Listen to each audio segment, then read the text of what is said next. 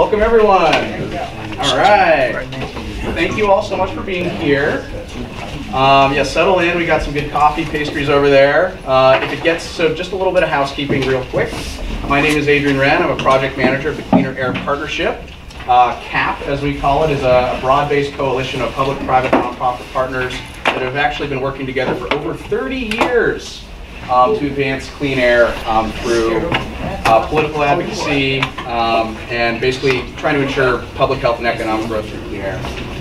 So we're here meeting at Valley Vision. Valley Vision is the nonprofit project manager of CAP. We do a lot of really cool stuff too. We're a civic leadership organization dedicated to advancing livability across the Sacramento region. Some of our projects include broadband deployment in rural areas, workforce development, trying to get us to a real true 21st century workforce, and of course advocating for cap and trade funds and the like. So quick housekeeping, the bathrooms are in back. I know some of you have already figured that out. You can just follow the hallway through there.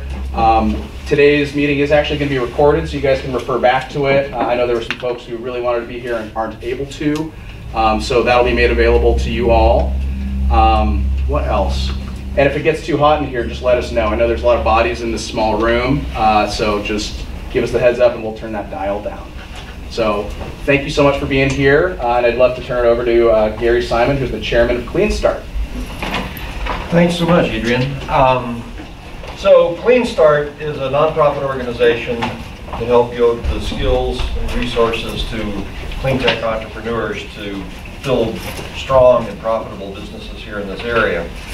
So that's not necessarily what we're going to talk about today, but a lot of the opportunities that come up for creating businesses are also born out of opportunities that come from the community leadership to build a low carbon future. So I've been asked to try to keep the discussion going this morning for our 2 hours. We're going to have... we'll all help. We'll all help. I promise. I'm not talking. You're going to be doing all the talking. And Meg will talk about the Clean Air Partnership here in a minute. But the idea is that we want to talk about the whole restructuring of the utility business, its purposes, its opportunities, challenges going forward, how that blends with building a low carbon future. Obviously the state has set a very challenging goal of 100% carbon free energy, not just power, I think it's by 2045. And it's going to take a lot of work to get there. And it's going to be better if people all agree on how we're going about this, rather than fight over what our targets and goals are. So some of it is to do what Valley Vision always does, is to bring together a group like this of community leaders and just see where we agree and if we can form a vision around how this goes forward. So we have a group of 3 experts to start the discussion, but every one of you in the room is an expert as well. And so we want to make sure that we have your voices in the room as well. And in order to facilitate that, I'm going to ask each of you to go around and just give us 12 seconds on who you are, who you're with, and that way we'll know who you are and some of the things you might be interested in talking about here. I will try to keep us on track and moving forward, but I love the chaos of a discussion with a group like this. So it's the way that good ideas really bubble up. So don't feel at all inhibited to ask a question, interrupt, and go forward. So to start the process of introducing people, let me introduce the Executive Director of CleanStart, which is Thomas Hall. He will be our scribe today and try to put notes up and capture things on our bucket list over here. And from that, let's go to Rosanna. Okay, I'm Rosanna Kerver, and I'm on the SMUD Board of Directors. I spent 20 years working at SMUD, retired for 6 years, and then decided I didn't have enough. So I'm back, and I'm engaged and excited about, you know, looking at a carbon-free future and what we need to do to get there. Great, thank you so much. Scott? I'm Scott Martin. I'm the Director of Resource and Business Strategy at SMUD. So I help the board set long-term goals for carbon reduction and building new renewables and adding electrification and things like that, programs that help us to decarbonize our economy and decarbonize our energy supply. Right, so we'll be coming back to you for some comments after our first panel this morning. Let's go here. I'm Lemos with Sacramento Air Quality Management District, and I oversee transportation and climate change. Dave Johnston with El Dorado Air Quality Management District. I'm Tom Stallard. I'm Chair of Valley Clean Energy, and I sit on the board of the City Council. I'm Eric White. I'm the Director of the Placer County Air Pollution Control District, and we have 2 biomass facilities in Placer County. So very interested to see how that kind of fits into this larger picture. So you got Energy 2001. Actually, we have 3 biomass. Yes, we have 2001. We have the Rio Bravo biomass facility, Right. and SPI has a biomass plant at their Lincoln Lumber Mill. Okay, great. Sean Matcham, I'm the Assistant Director for Roseville Electric Utility. First time for me being part of this group, so thank you for the invitation. I oversee most of the external facing parts of the utility, which includes our customer solutions, our programs, and whatnot. Great. Just over to Greg. Greg Fishman, I'm also on the board at SMUD. I also worked at SMUD for a few years, and for almost 10 years at the California ISO, so I have a little bit of that big picture as well. Great. Jim Parks, I work for Valley Clean Energy. We're a community choice aggregator serving Yolo County. I'm the Director of Customer Care and Marketing, but have a pretty broad-based engineering background. Great. Kate Neese, I run the Local Government Commission, so we do a lot of work with local governments on climate change and energy. Great, thank you. Tiffany Mateo with the Energy Commission. I work in the efficiency division, so I do energy efficiency and clean energy and building decarbonization and building focusing on multi-family in low-income areas. Okay, contain yourself now. Carter Nelson with the Sacramento Association of Realtors. Erin Teague also with the Sacramento Association of Realtors, and I just stepped on board there, so I look forward to being part of the group. You guys are great. Matt Earhart, Executive Director, Yolo Solano Air Quality Management District. Welcome. Patrick Guile, Director of Clean Air Programs for Breathe California, Sacramento region. Great. Melanie Biesecker, I'm the Director of Operation Clean Mobility for Grid Alternatives North Valley. Jennifer Benton with Breathe California, Sacramento region. I'm the policy manager, mostly focusing on local advocacy efforts. Okay. Scott Alvord, Roseville City Council, and love doing cool things. Awesome. Dave Tamayo, President of the SMUD Board. Oh, welcome. Well, you get another board member here, we're going to have to publicly notice.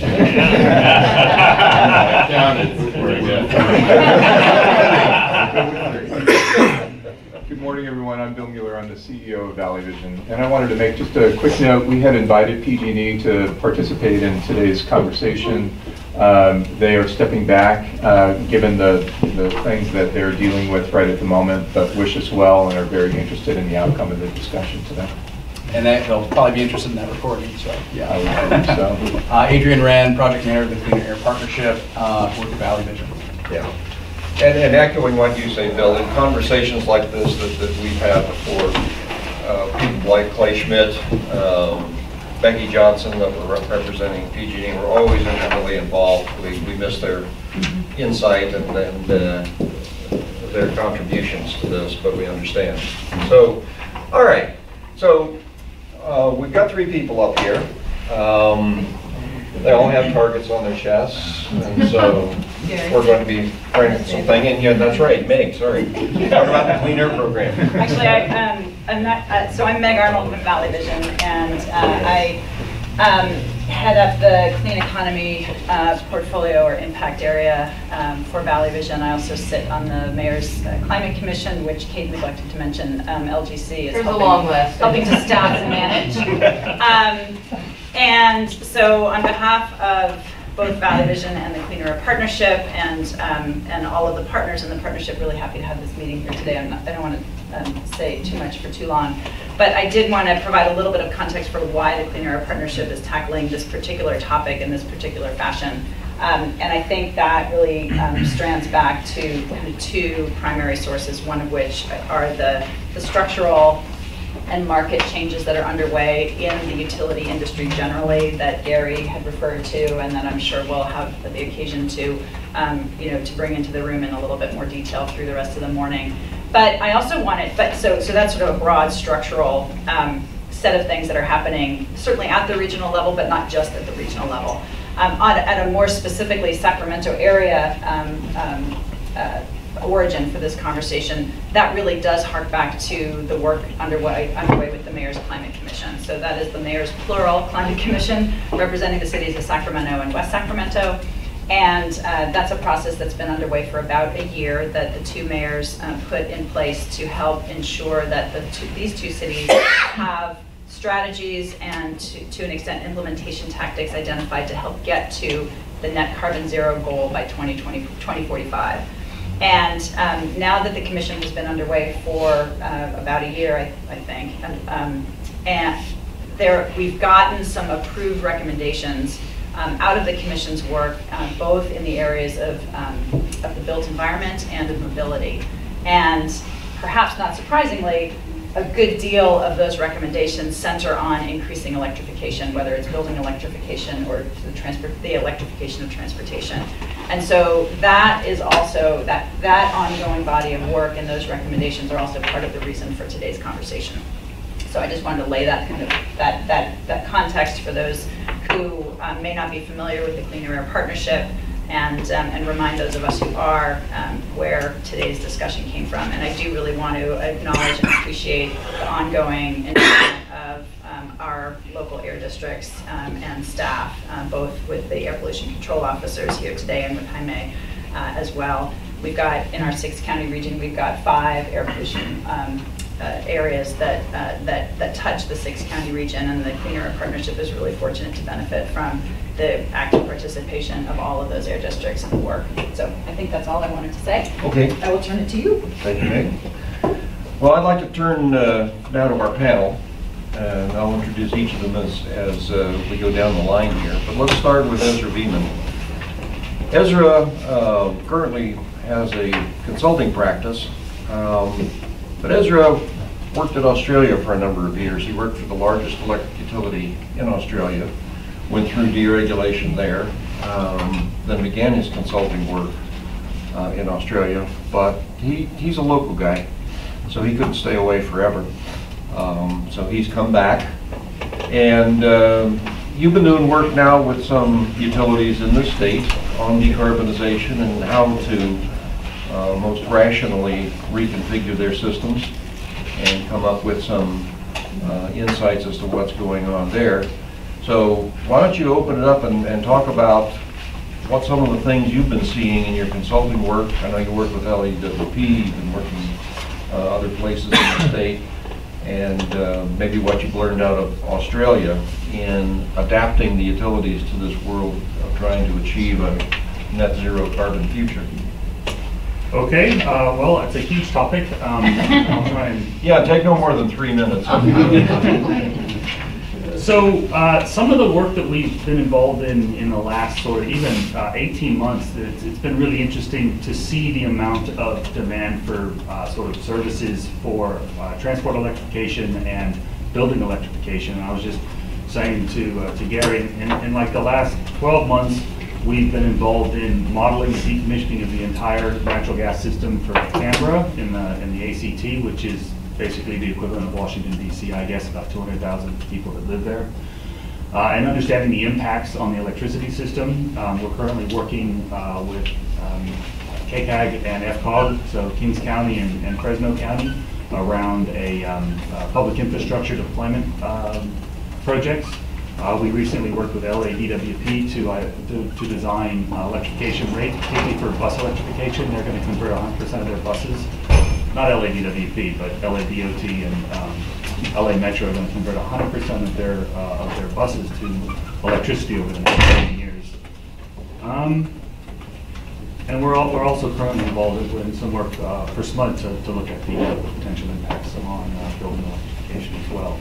So I guess we're seeing, from a lot of different angles, the potential for electrification in terms of market demand adoption of things like heat pumps for space conditioning and water heating, sorry, as well as the uptake of electrification for vehicles, both passenger vehicles as well as commercial fleets, and indeed the entire sort of decommissioning of the entire gas network.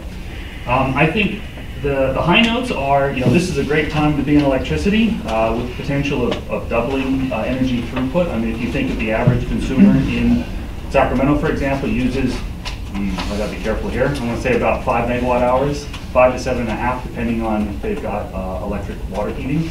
And that if you drive a vehicle, you're probably gonna add 2 megawatt hours per vehicle. So with 2 vehicles, probably we've got about 2.2 vehicles here per household, you're looking at doubling your energy. And then on top of that, to the extent you back out water heating in particular and gas heating, you can more than double the amount of electricity that you consume in the home.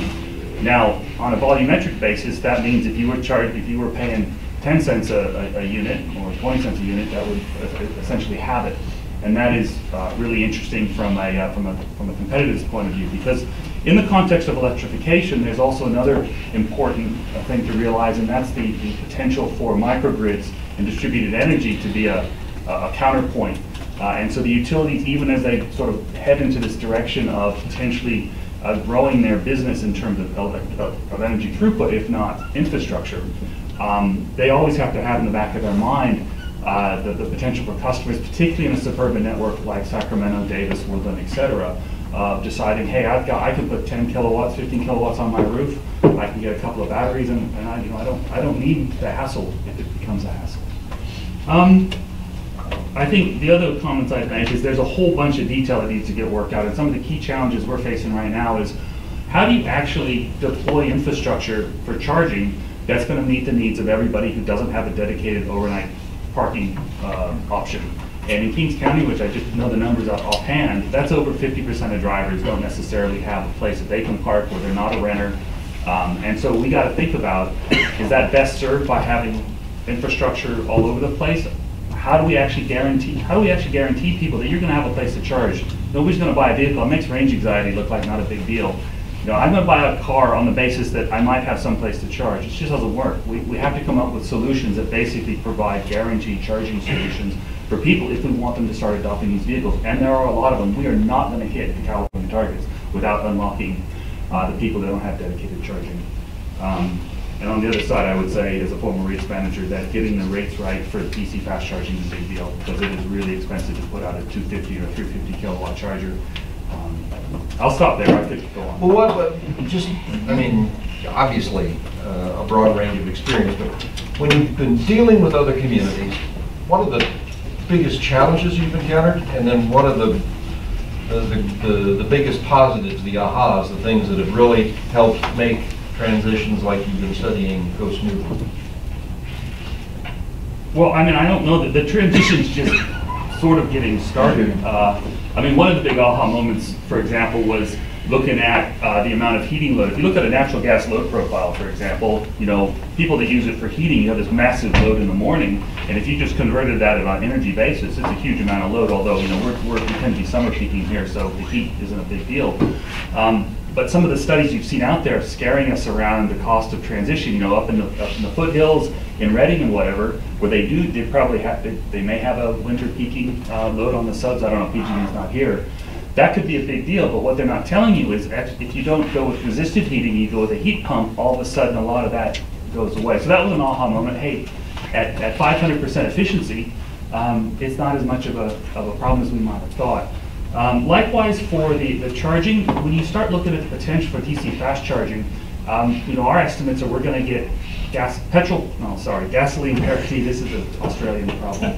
But gasoline parity within the next 4 to 5 years, where you can go into a station and get out of there in 2 to 3 minutes probably. And we're talking DC fast chargers of 1 MVA or 1 megawatt to do that. You say, well, why would we need to be charged that fast? But we're all creatures of habit, and we want to go to ARCO, and we want to get out whatever we need there, and we want to get out of there. And so you will see the technology vendors want to push that technology until we're just as good as the current gasoline vehicles. So I think identifying that this technology can actually compete with the current model and then we don't have to have all these places. Then we probably could take the gas stations and figure out a way to repurpose them. That was also a really, I think, aha moment about how we can get to where we need to in terms of 100% zero carbon electricity without huge disruptions. Because I tell you, you guys trying to string connections to curbside lot, when I say you guys, I meant the utilities, trying to put interconnections at every bus stop and all the rest of it, it's a nightmare. It's really costly. It wasn't really ever going to work. So, you know, how do we think of a smart way of meeting all of them? Great. And so if we're going to convert gas stations over to 1 megawatt charging, which I understand in terms of public acceptance is probably the best way to go. One, I mean, clearly we've got some resource issues, but also, have we done the studies that look at what that does to battery life in the vehicles themselves? No. I mean, when I say that 1 MVA, right, we're just getting out to 350 kilowatt chargers, right? But if we had this conversation 2 years ago, we were talking about 50 kilowatt chargers, and that was like, wow. So in less than 24 months, we've gone from 50 to 350. And cars like the Taycan, so I'm sure everybody's going to have a Taycan, but are coming out, you know, and so just the pace, I guess. So, yeah. I'd like to say that I think one of the biggest mistakes we've made in public policy is offering unlimited free charging, because it's totally cut out the private sector from any kind of motivation to bring forward charging options for people, and it all has to be publicly paid for now. We just can't build enough of it. I mean, I think that, sorry, just to quickly touch on it, the business model at the moment is really tough because you've got to build something and nobody's there for 5 years, right? Like utilizations on a DC fast charger, unless it's on Highway 5, are going to be terrible. And we have to come up with solutions for how do we deal with the business model gap for the first 5 years, because after 5 years, there probably will be enough people, right? So I think there's solutions there, but yeah, the free charging may not have been, my favorite example is the airport, 2 chargings on each level of the airport, and people can park there for a week and tie up a charging spot close to the elevator, close to the terminal. So I think we really made a mistake there. We've got to somehow get much more charging developed, and we need to have some kind of incentive to do it. Let's go to Bill and then back up here. And I know that Meg wants us to move on, and this is obviously a very provocative conversation, but I haven't heard enough yet, and I hope either now or later that we can have a conversation about, well, what is Shell and Exxon and our other, you know, because there's people that own those gas stations that we want to convert. They probably have a position in this. What are they doing? What are they thinking? And to what extent can we support the things that we can support and encourage the things that may not necessarily be things that they're thinking about? Interesting. So, yeah, and then not to not answer your question, but I think we've asked Thomas just to park it up there so we can come back to it in discussion. Thank you for it. Mine's related a little bit to that, is with the existing infrastructure already. I mean, I know that this is about electrification, but, you know, is there room for hydrogen, right, as well? As we speak to zero emission and existing infrastructure with Shell, with the existing companies already out there. What's that look like? Okay, another one to put up on the list here on the pad. Well, it's great that it's a provocative discussion, and that's why we have the last half of this discussion for a more open conversation. But let me move to Panama. Panama worked for SMUD for a number of years. You didn't work for SMUD? No. How did we everywhere else? But everywhere else? He worked with a lot of SMUD activists. It feels like everyone in the room works for SMUD, but and we all appreciate that. And then you moved over to what you're doing now, working on building electrification, decarbonization. And obviously, you're working with a lot of communities. What have you learned out of this whole process of how do we move a big segment of the energy-using population buildings to zero carbon? And what insights can you offer here for us in this community? well, first just let me say thank you for having me, Valley Vision and CleanStart, 2 of my favorite organizations in the world. So very honored, and it's a great group. It's great to see so many friends in the room and to talk with you all today. I'd just like to ground some of my remarks in where I live right now, which is Sonoma County. So I drove over last night. Today we're going to have our 3rd power shut off in 30 days over there. We've been lucky in Petaluma, where I live, in that we haven't been hit by the fires.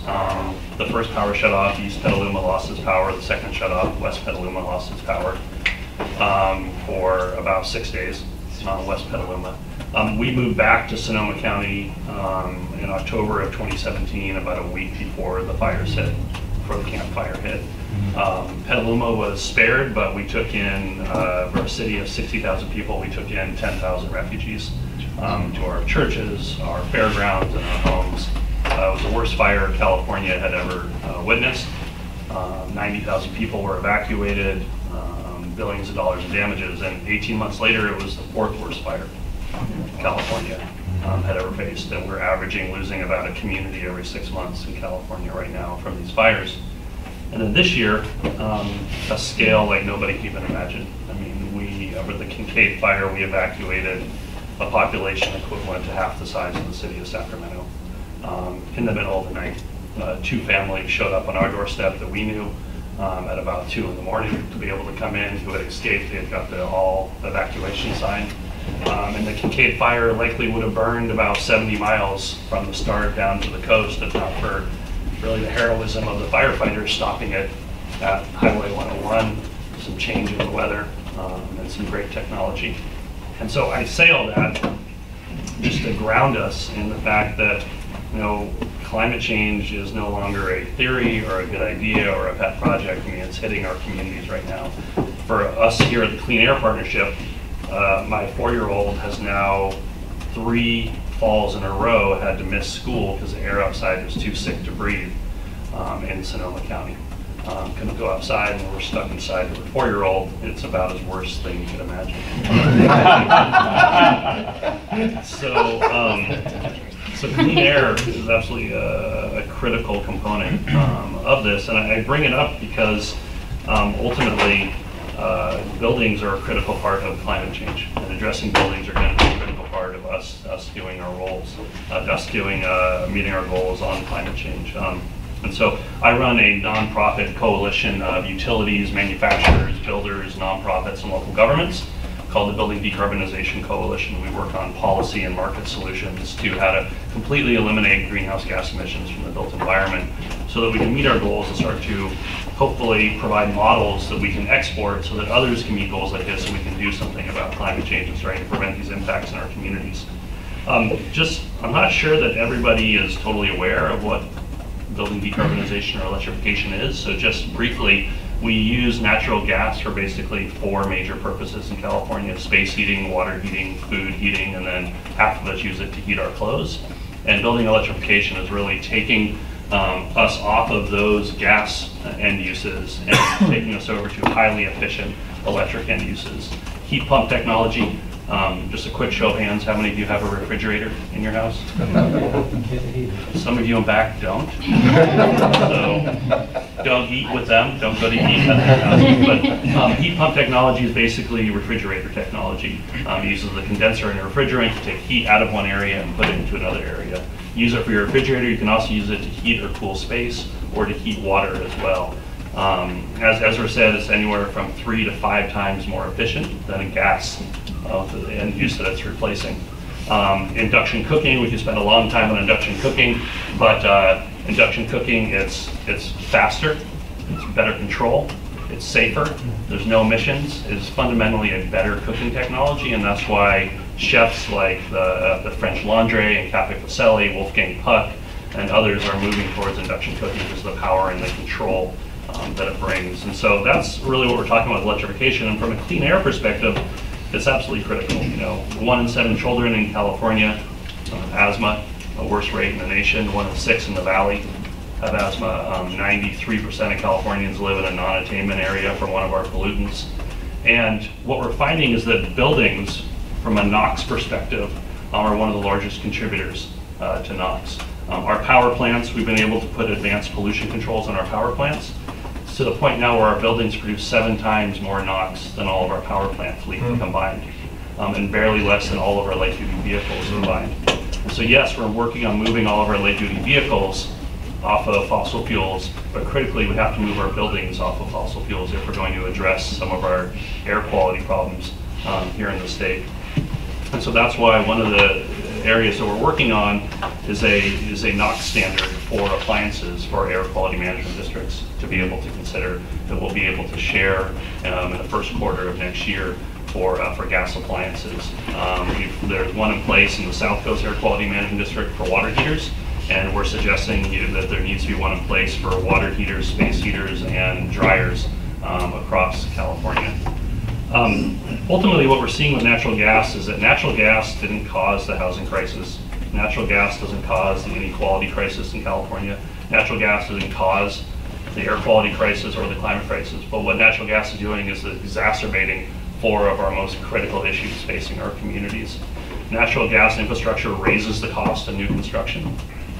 The cost of natural gas and the death spiral of the natural gas industry that we're about to see is raising costs of people being able to afford energy in California. We import 85% of the natural gas that we use in California, so we're at the whim of when the Midwest has a freak weather event like a polar vortex and the cost spikes that come from that.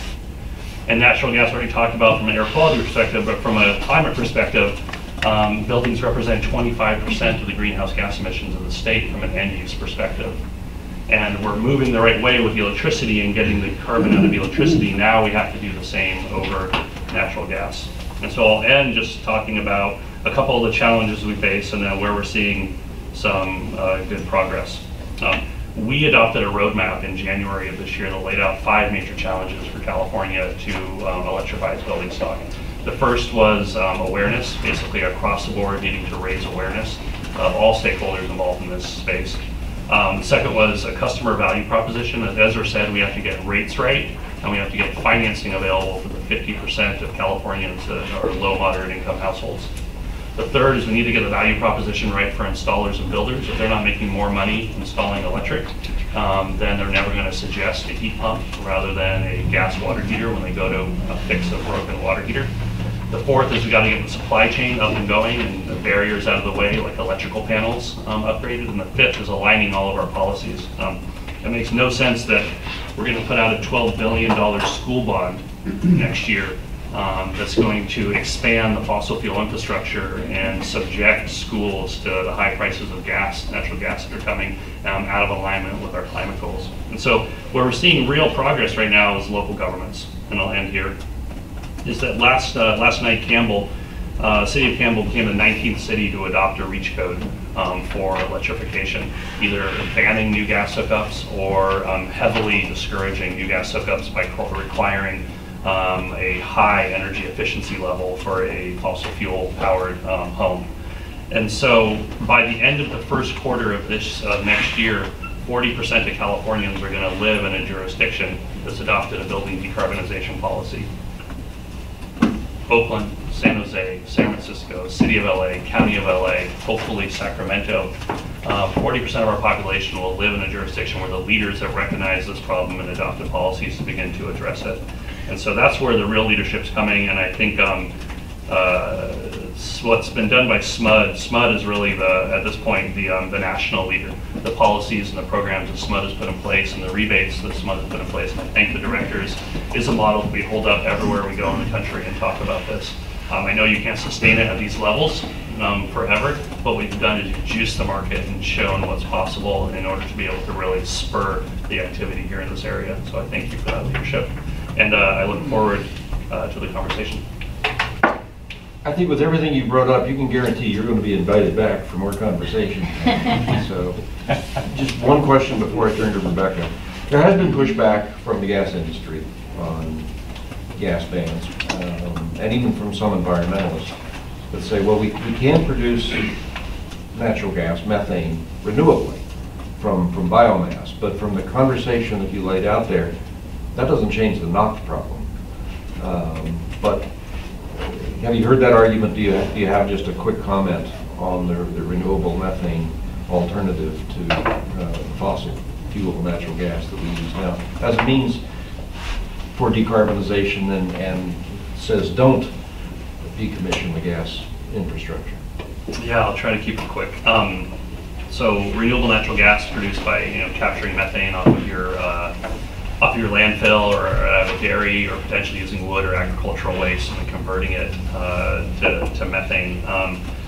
Energy Commission just released a report, the most recent data, looking at a full analysis of the availability of renewable natural gas, suggests that we could maybe at best, if we took California's population share of all the renewable natural gas resources around the country and brought it into California, we could maybe produce about 15 to 20% of all of the natural gas demand in California. And so even under a best case scenario, using all of our renewable natural gas and ignoring the issues around NOx and leakage rates, we're only replacing 1/5 of our natural gas demand. And so the renewable natural gas future really keeps us on a future of relying upon fossil natural gas for that remaining 80%. And so it's not, in our mind, a real solution for eliminating greenhouse gas emissions in the built environment. Not only that, these dairies in the Central Valley are, I think there's pretty significant air quality issues for local communities that live around these dairies. And creating a new value stream for the expansion and the continuation of the practices of these dairies and the impact on those communities, I think, is deeply unfair to those communities for such a small solution that really doesn't get us on the path that we need to go. All right, well, thank you for that. Well, we do need to get Rebecca into the conversation here. Oh, sorry, just on that. Also, this stuff's really expensive, renewable natural gas. It's expensive and it's limited, and so we need to capture it and we need to use it, but let's use it for its highest and best purpose. And putting it into my 80% efficient water heater in my basement isn't the highest and best use when you can easily electrify the building sector. So let's capture that methane and let's use it in freight, let's use it in aviation, let's use it in those sectors that are industry that are really hard to electrify rather than ones that are easy and cost effective to electrify. I will point out, just a plug here on the side, there's a pioneering organization here in Sacramento called Free Rock Energy that will take that renewable methane and convert it into diesel so that you have renewable diesel. And that might be a part of a future which reduces the dependence on petroleum fuels down the road. But it's a wonderful company here. We have it right in our region. Did you want to add anything? No. Okay. Gary, can I ask Panama a clarifying question? Just a really quick clarifying question. One sec. I do want to make sure, this is all fascinating, but a really important part of any CAPTAC meeting is a conversation. Yeah. So I want to make sure, that's why I'm sitting here nudging Gary every now and then. There's so much here, and there's also so much else in the room, and I want to make sure we get to that dynamic and then honor my CEO. So one of the sort of rules of the Clean Air Partnership is we try not to use jargon, and for those of us who aren't familiar with a REACH code or a REACH ordinance, can you sort of unpack that just a little bit, and so that we get back on schedule? I'm not familiar with it. Perhaps Sure. others are. Yeah, I'll be quick. So every 3 years, the state updates the building code, in particular the energy efficiency part of the building code. Local governments are allowed in California to reach beyond what is the basic state code that covers everybody to adopt a stronger standard for their jurisdiction. And so what we're seeing in some cases is something like Berkeley, who has just said no new gas hookups, period, at all.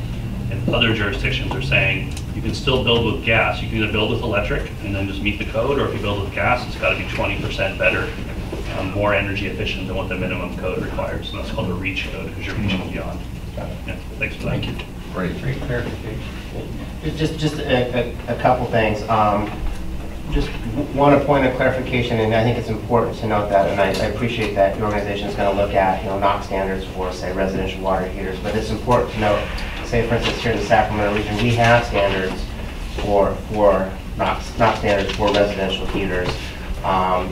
Whether they can be tightened up is a good conversation to have, and certainly we'll look at that. But as we think about, and Sacramento is not unique from other areas of the state where transportation emissions really drive both greenhouse gases and criteria pollutant emissions. And so, I appreciate your point that other good uses for renewable fuels are important. And there's a strong push to electrify everything in California, kind of on a parallel timeline, whether it's the transportation sector, it's the building sector, it's the industrial sector.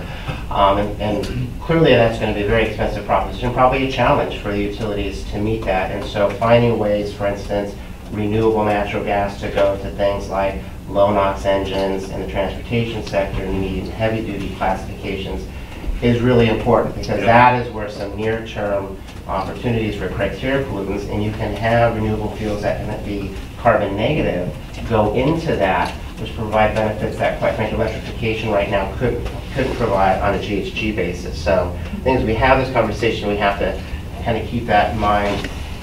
And I would just simply point out, so I'm from Placer County, it's very rural areas. Electrifying a house for a lot of residents is not feasible when, as you noted, the electricity goes out 3 times in a month. They have no refrigeration, they have no hot water, they have no heat. And so having, in my opinion, being able to electrify in urban settings may make some sense, because you have things like microgrids and others where you can kind of redesign the grid, I think, to better support outages. When you're talking in rural areas where we have very low population densities, that may not necessarily be a optimal solution to how those residents are going to continue to be able to live their day-to-day lives having access to power. And so maybe as we get into the later discussion, it'd be good to kind of hear what the thoughts on that are, because electrification may not be the one-size-fits-all solution for everywhere in California. So it's something to think about. As you can imagine, I have some thoughts. I bet you do. I bet you do. Especially with where you live. So I'd be curious what those are. Well, let's turn to Rebecca.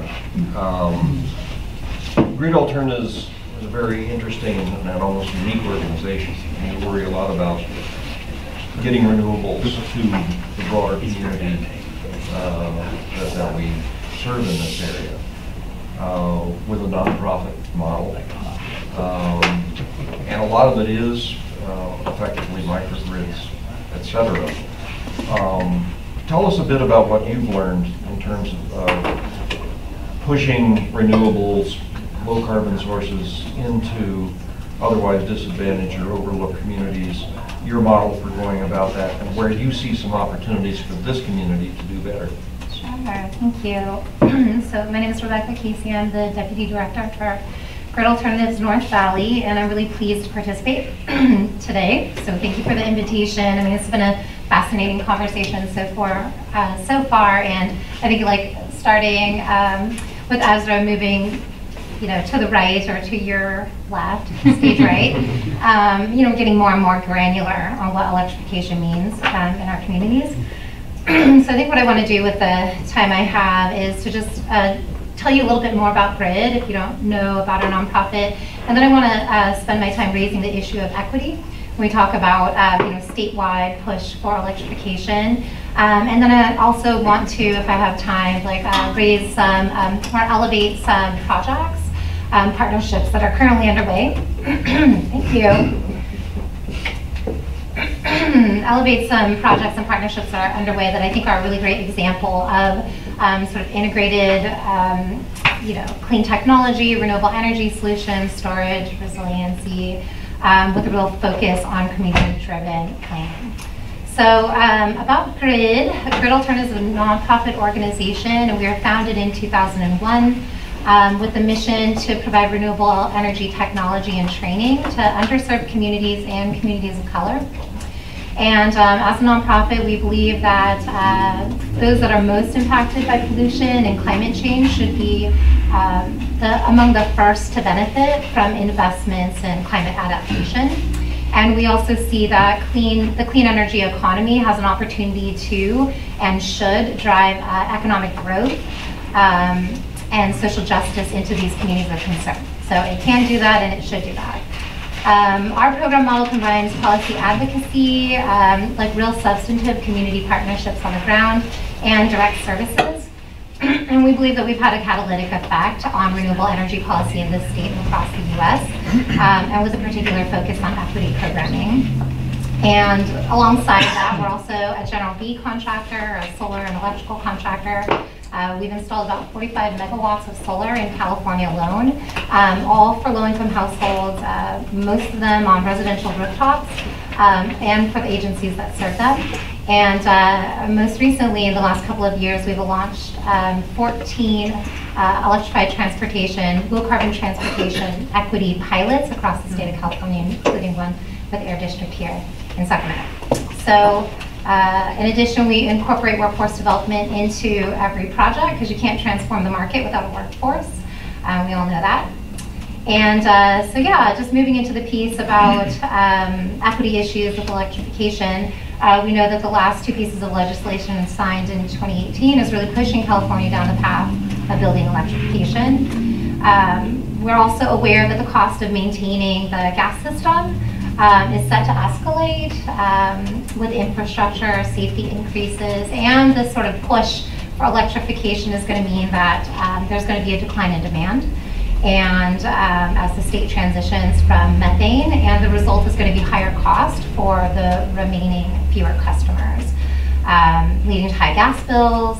And then those that, for our communities of concern, those that face financial challenges to move into electrification are going to need help to shield them from the rising cost of gas. So equity and decarbonization really means that we prioritize environmental justice communities that need the benefits the most and provide the most assistance to those with the greatest need. And I prepared a lot of notes because I was told I had 7.5 minutes, so this is the way to stay on track. So yeah, I think, you know, as we like engage in the conversation regionally, that when we talk about building electrification, you know, we sit at the table, you know, to elevate the issues of communities of concern. I just want to say that we necessarily need to focus on the people, the occupants, the residents of these buildings, and our goal needs to be on improving the health and quality of life of those residents as opposed to building decarbonization, because we really can't have one without the other. 1/3 of Californians don't have enough income to meet basic needs, and so many of us are making some really critical trade-offs to be able to afford housing, medical bills, etc. And we do not want to pay more in energy. In a recent report, we found 1 of 4 Californians are also energy insecure. That means that they've faced a 48-hour disconnection notice within the last year, or they're more than a month behind in their utility payments. So what I'm saying is that these households cannot be expected to prioritize the cost of electrification if they're barely staying afloat. So not only can we not afford the upfront costs of new appliances, etc., but also the installation of electrical appliances might require electrical service upgrades and other costs that could cost, you know, in the thousands of dollars. So that's really not happening. And in addition, about 45% of Californians are renters. And so the solar energy efficiency, building electrification programs are really scarcely reaching them. These improvements benefit the renters, but the costs are borne by the owners. And that split incentive really requires countervailant incentives to correct. So really, with the housing demand, I think that there's a lot of concern that landlords aren't going to make these investments in housing. And then I think that there's a lot of concern that renters don't have necessary protections. If there's a bunch of improvements done to your building, that your rents won't increase. And they're not regulatory or statutory protections for renters who receive energy upgrades. So I guess the focus really for me in this communication with you, or this conversation with you all, is that we need to make strategic and targeted investments at a sufficient level to be sure that low-income communities, communities of concern, are not left behind in this race to electrification. And we understand, being a statewide organization, a national organization, that the diversity of the state means that there needs to be a diverse set of solutions that are tailored to each community. And with that, I want to share just a few points about some of the pilots that are going on in the San Joaquin Valley. So as a part of the San Joaquin Valley proceedings, where really, I left that page of notes, so I'm going to come here. But it started a long time ago, and really the goal was there's about 171 communities that don't have access to natural gas infrastructure in the Central Valley. And really the Public Utilities Commission they set out to basically assess the economic feasibility of delivering natural gas. And so GRID and other nonprofits and other stakeholders were at the table and really pushed for the Utility Commission to look at alternatives to just extending natural gas to these communities. And what the result of that was a series of a couple of years where there was really a huge investment in community engagement.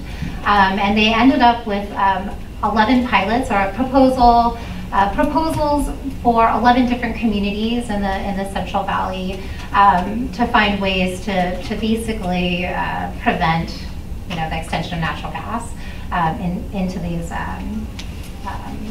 predominantly low-income communities. So about the area median income in these areas of the Central Valley are about $30,000 a year.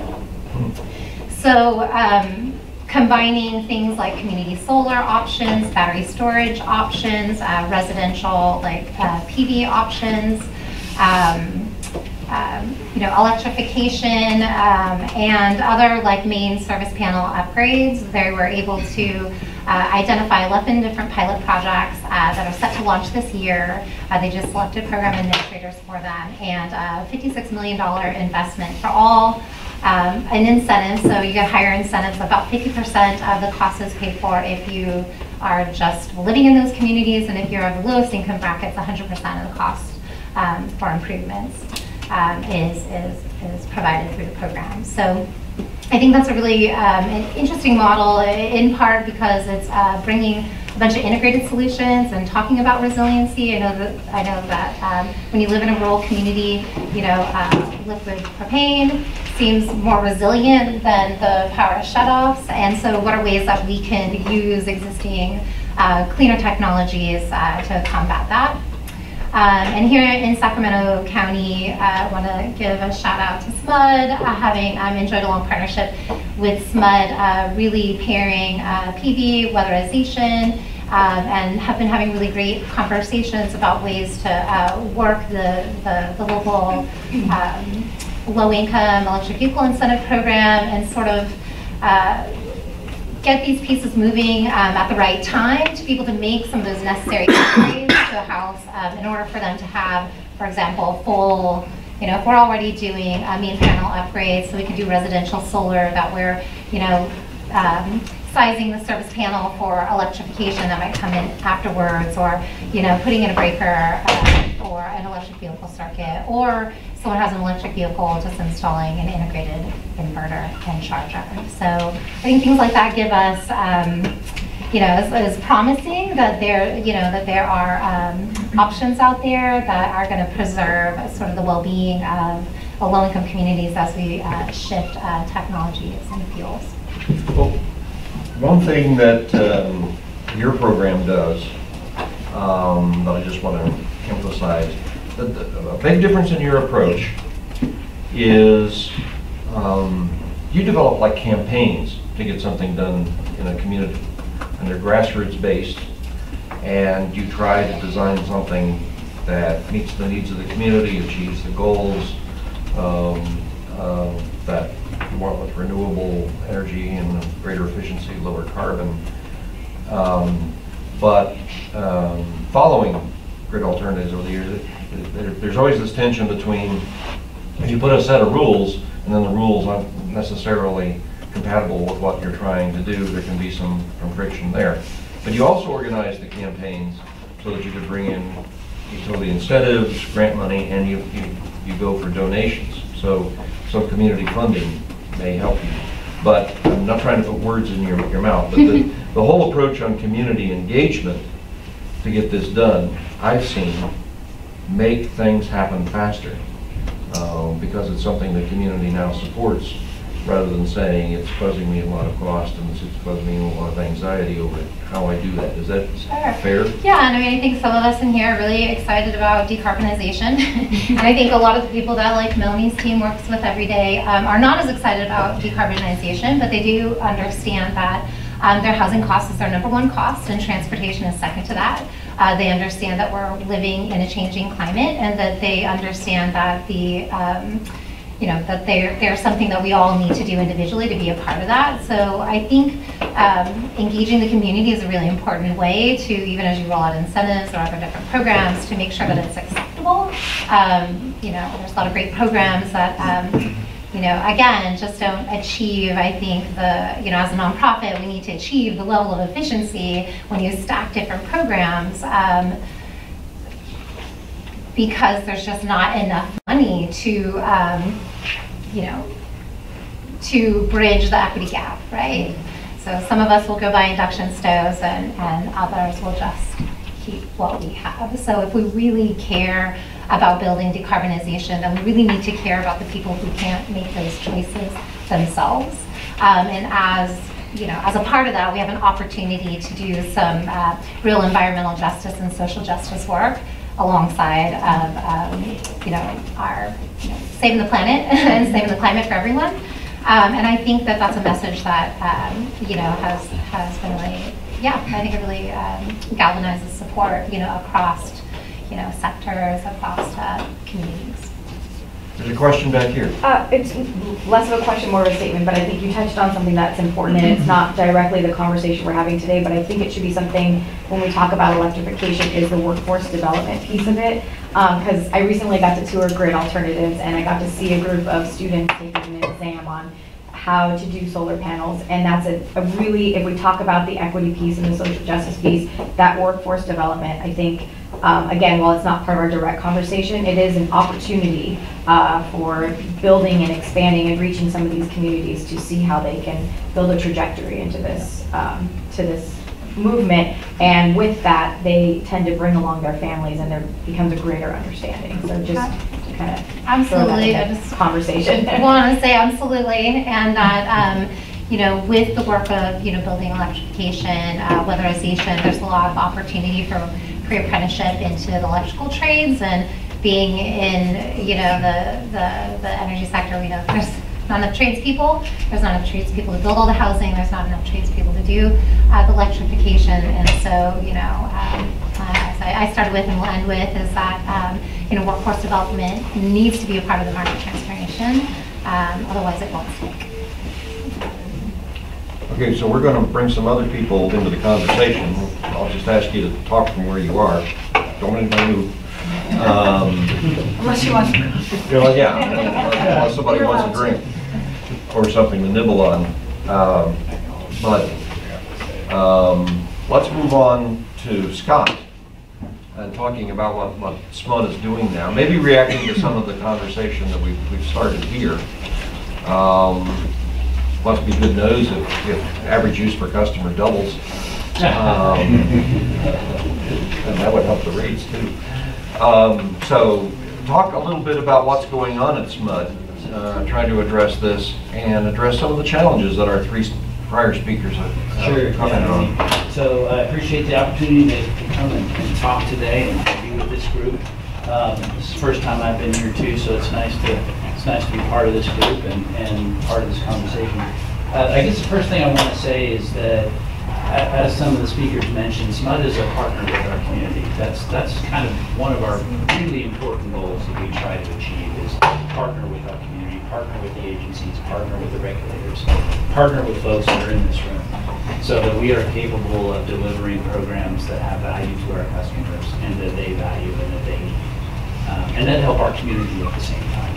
So SMUD, above all else, is an important community partner, and I hope we get to see that as part of today's discussion and some of the information that I'll share. The second thing is that SMUD is committed to decarbonization. We are very strongly committed to decarbonization. We have very aggressive goals that our board just set, long-term goals and near-term goals in terms of decarbonization. We're expanding renewables very, very substantially to try and decarbonize the electricity supply. In addition to doing that, we're also working on building and transportation electrification, because we realize that just decarbonizing the electricity supply is not enough. In fact, it's a small contributor to local carbon. If you look at the overall carbon in Sacramento, the vast majority of it is coming from buildings and transportation. So we know that if we just take care of what we're supplying, the electricity, we're not taking care of the carbon issue within Sacramento or globally.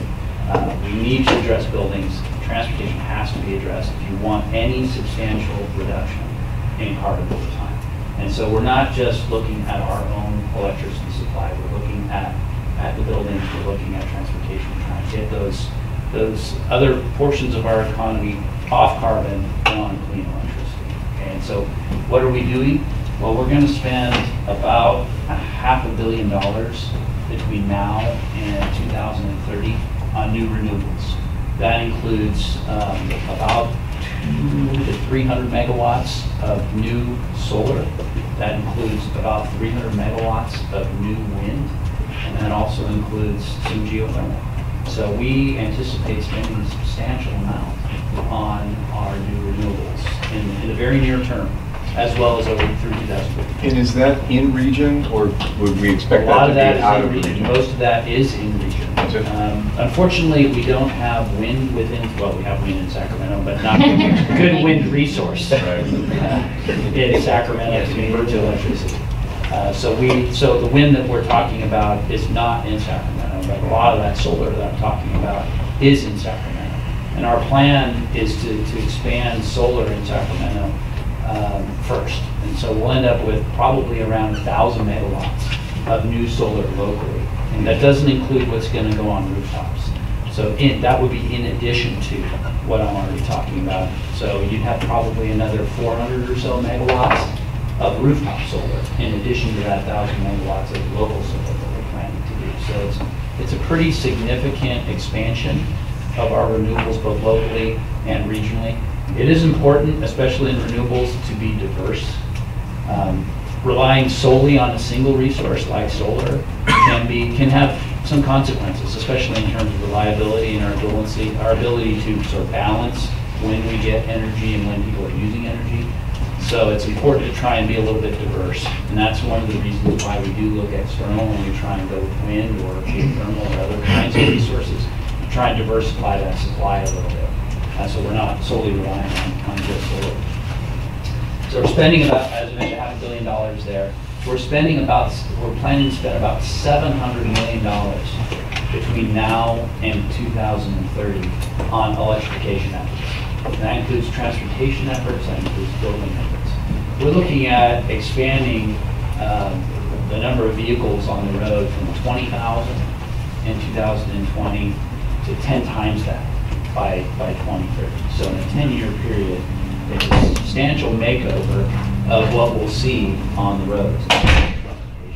And that's incentives that go to both vehicles, individuals, as well as charging infrastructure. We provide incentives across the board. We're also building some of our own infrastructure to help with the charging challenges and availability of chargers.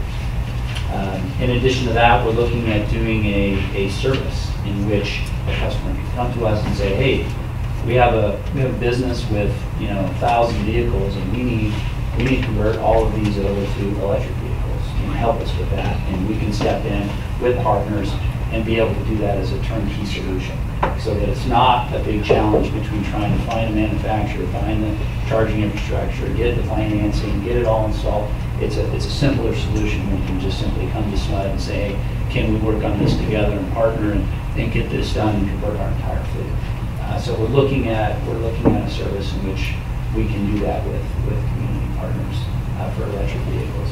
We have many other kinds of programs. That's just a new program that we're looking at. In terms of building electrification, we have incentives across the board, whether it's for heat pump water heaters, or it's for heat pump heaters, or it's for induction cooktops, or it's for all electric homes. We have incentives both on the new construction side, on retrofits, sort of across the board, in encouraging electrification. We have low-income programs that we're very near rolling out that would be targeted to disadvantaged communities that will help with some of the issues that you've addressed. We appreciate our partnership together, and we anticipate continuing that partnership to both electrify homes making it cleaner with rooftop solar, things like that. So that's the second thing. The third thing is I think one thing that we've heard here, either from the fire issue that PG&E is dealing with, and the challenges they have with grid resiliency and hardening of their system, and investments in maintenance on their system and infrastructure, is reliability. What we see, I think, is that from the experience that PG&E is going through, and I think your comments, is that, look, if we can't provide a reliable electricity supply, people will throw the carbon injected sort of out the window. If you can't give them an electric supply that's reliable. I mean, I have an uncle who lives in Santa Rosa. He had brain cancer. Fortunately, he's been clean from that for a couple of years now, but he still has a lot of lasting impacts from it, and he needs electricity.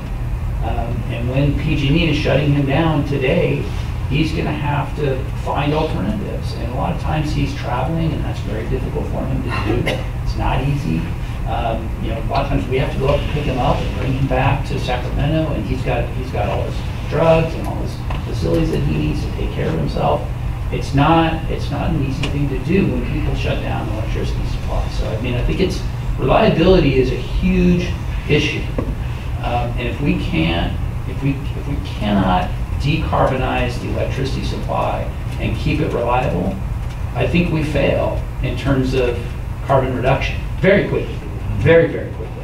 As you see, I mean, people are installing generators at their properties that are small, little, tiny, inefficient generators that are burning gasoline or diesel fuel. I mean, just because they want reliable service, okay? And we cannot, as an electric system, as a utility, get to that point. That we know reliability is top of mind. It's the #1 priority.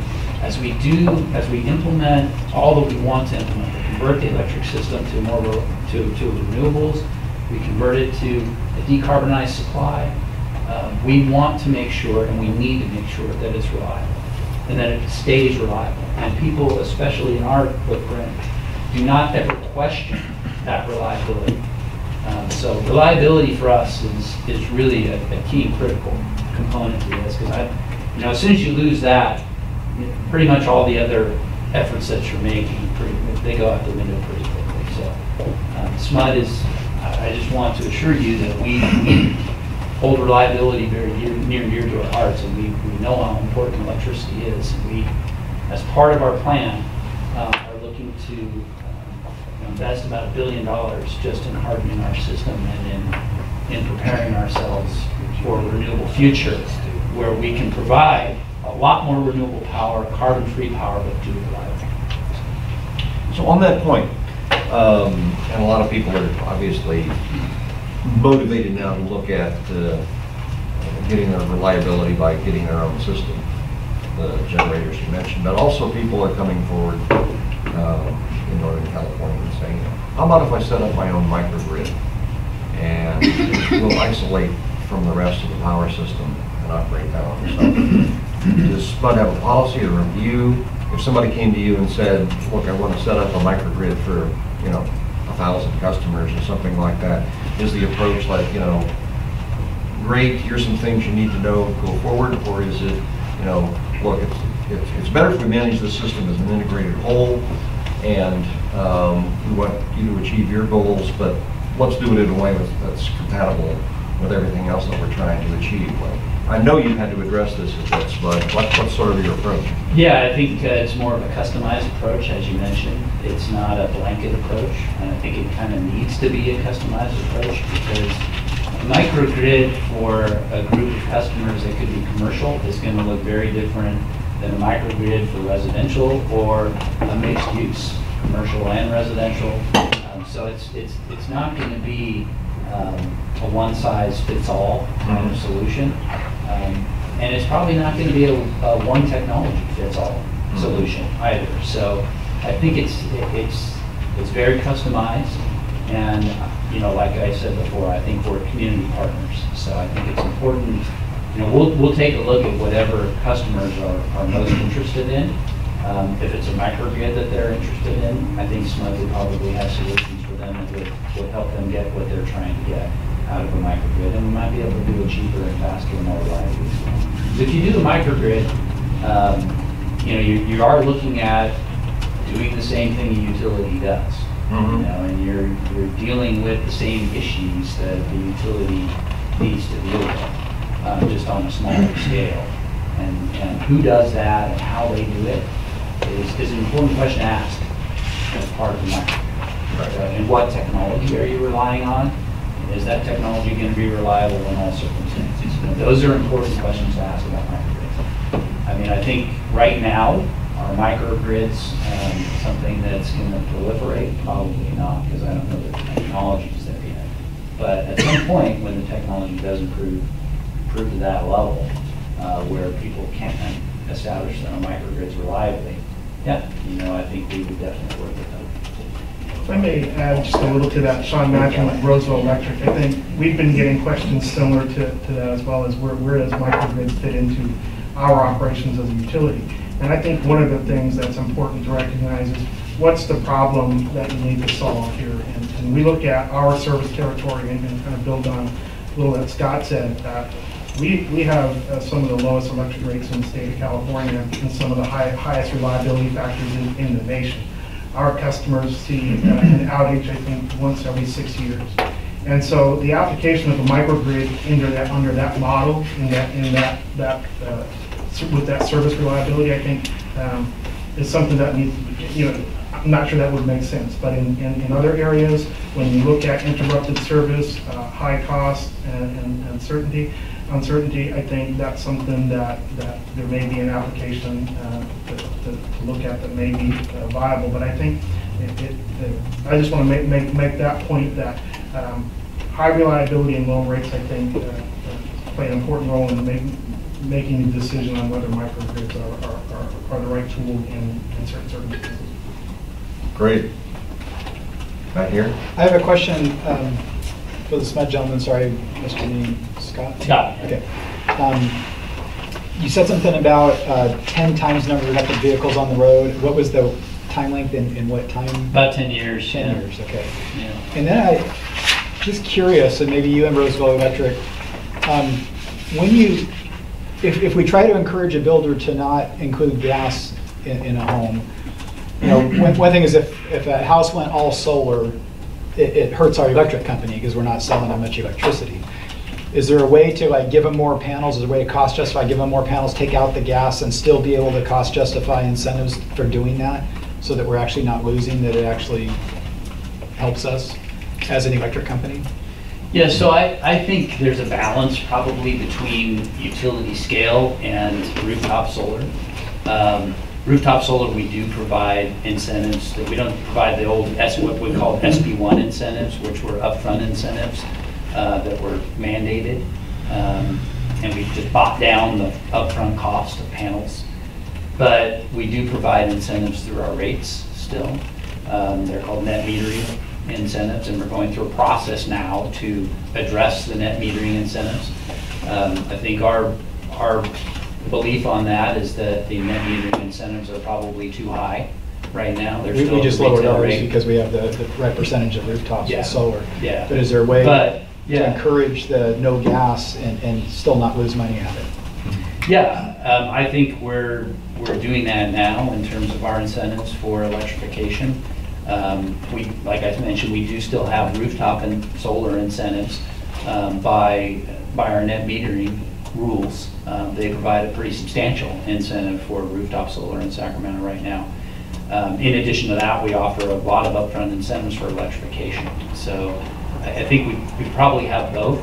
But as I mentioned, we are doing a process right now to address the net metering incentive because we feel like it's a little bit too high, and other customers might be overpaying. Okay, well, maybe I'll ask our Roseville. I'm from Roseville, so our Roseville Electric. So we lose money with solar. I mean, and now because of our change, we're kind of paying what it's actually worth. But do you think we could cost justify letting them have a few more panels for not doing gas?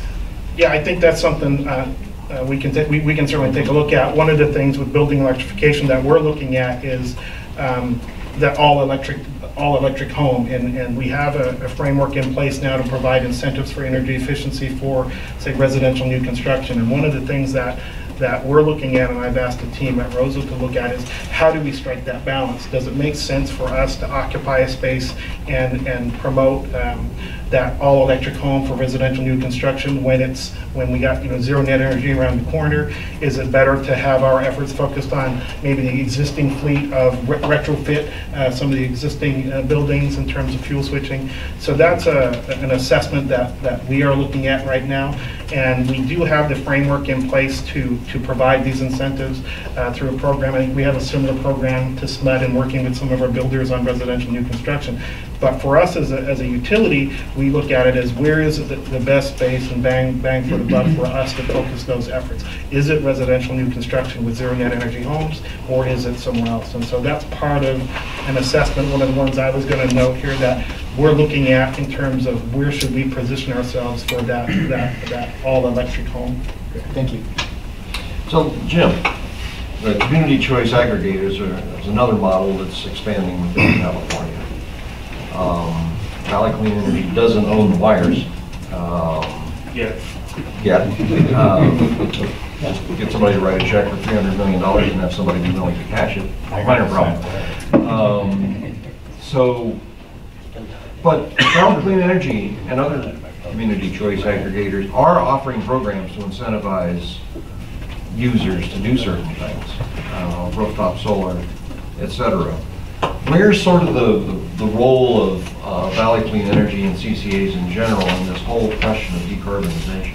Hey Peter, again, just for the group, for those of us that don't know the business model of Valley Clean Energy, could we start just a little bit wider and then answer that question? Yeah, I was going to go there because I understand there's a lot of people that don't really understand what a community choice aggregator is.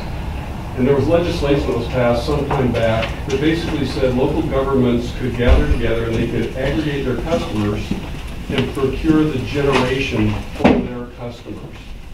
So in essence, the customers in our service territory get a PG&E bill, and it says PG&E delivery charges, and it says Valley Clean Energy generation charges. And so we basically procure the generation for our customers. PG&E delivers it to them. This puts us in a pretty good place from a program perspective because our customers are still PG&E customers and they qualify for PG&E incentives.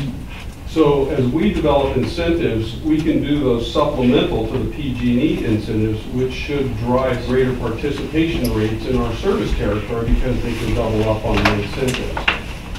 We started in June 1st, 2018, delivering programs. So we are 1.5 years old. I'd say we're in diapers, but we're at least walking now.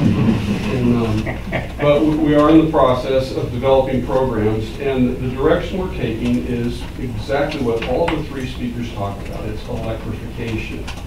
I haven't started any yet, but I want to start some work in the communities. They're like income qualified programs and things like that.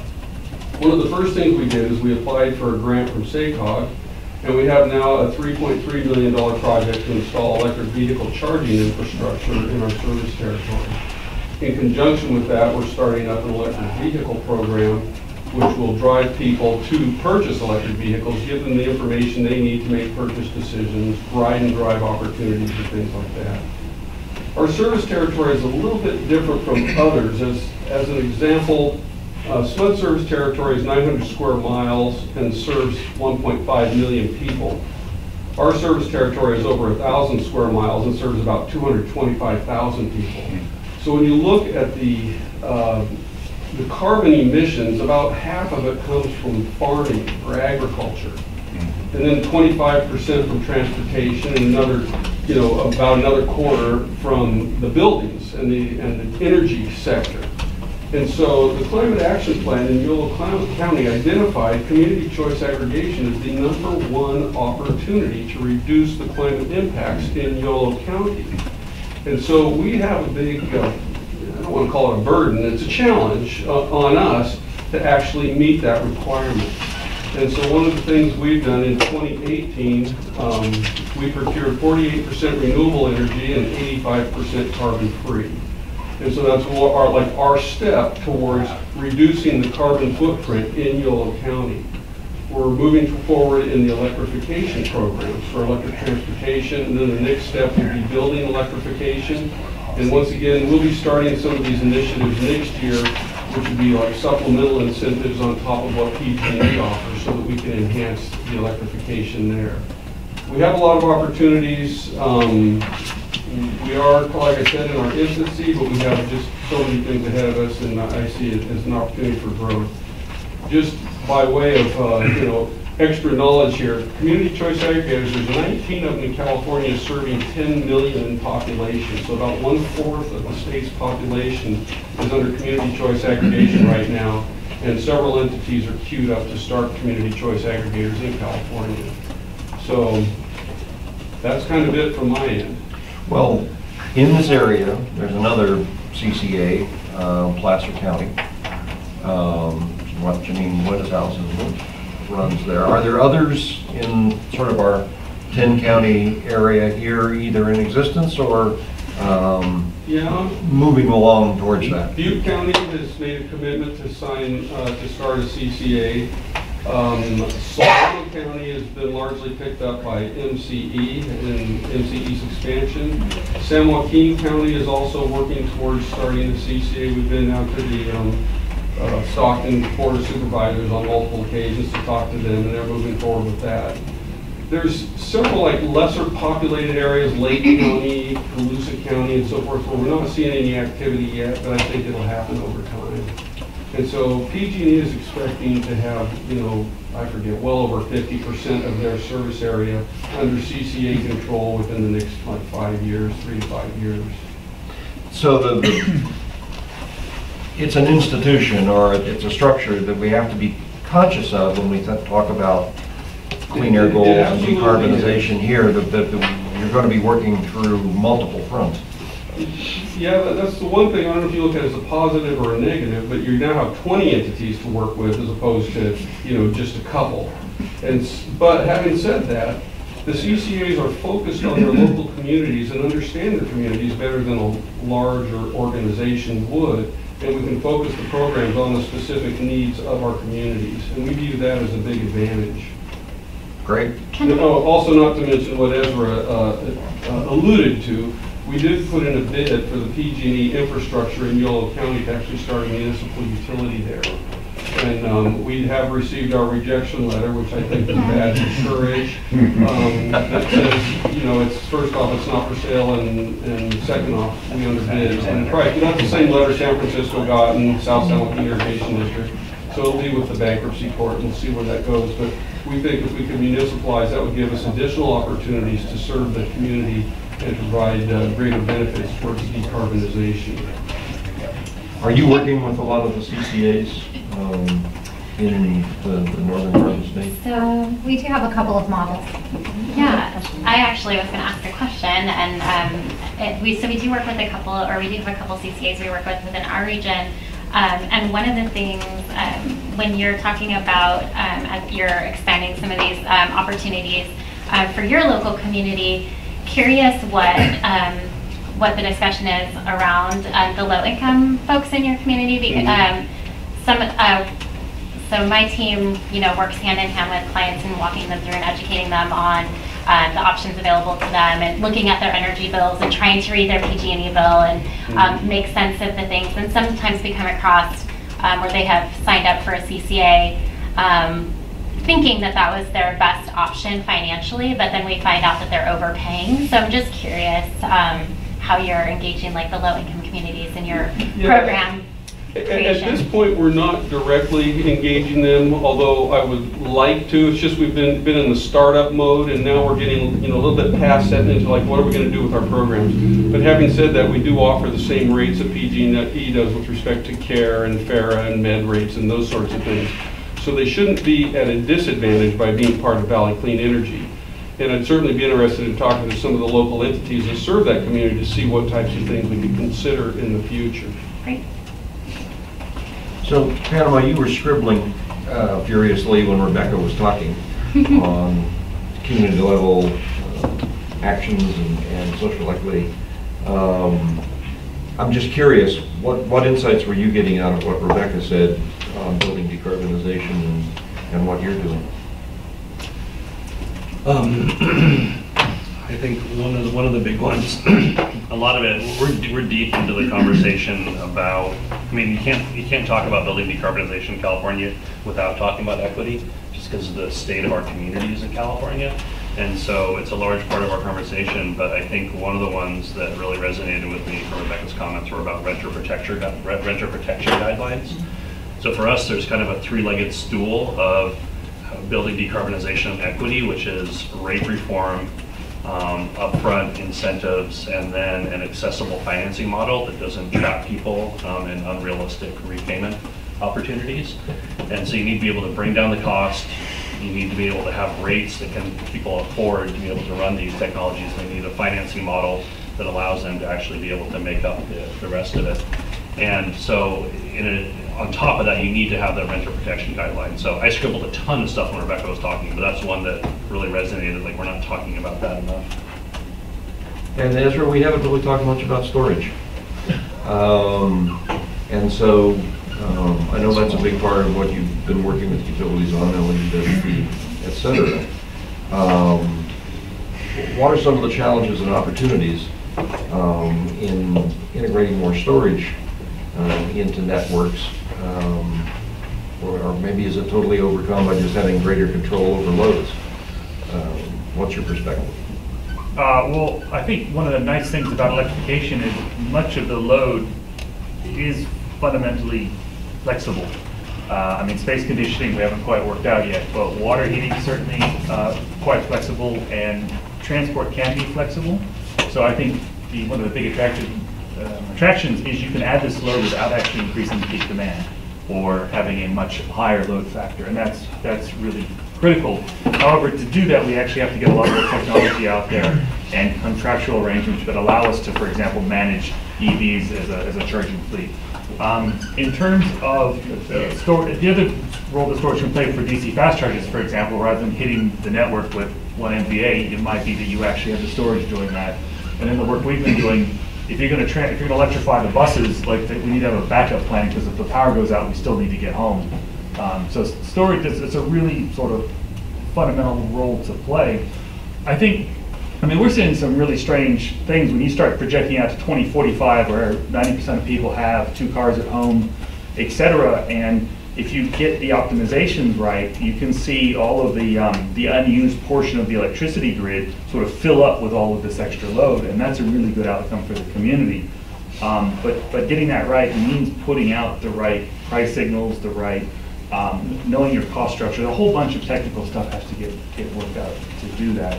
And again, as storage comes down because of electric vehicles, in terms of cost, and we're seeing some pretty steep declines, because there's so many cars out there that it's going to change everything. I mean, having 200 kilowatt hours of storage in every single person's driveway just changes everything tremendously. Like, we're not going to build a capacity constraint. We won't have a capacity constraint network. We'll only have energy constraint networks. And from a topology perspective, from a technical perspective, we need a very different grid in 2045 than we currently have today to be efficient. And we have that opportunity, right? I mean, it's not going to be 50% load factor. And a load factor is the difference between your maximum demand and your average demand.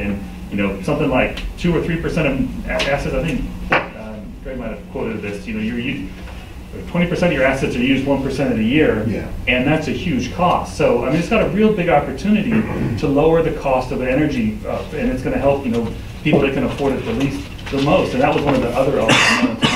Put everybody's gasoline bill on their electricity, put their natural gas bill on the electricity bill. Yeah, the bill goes up, but when I compare it to what they're currently paying for natural gas and electricity and gasoline, we're all going to save, as long as we do it right.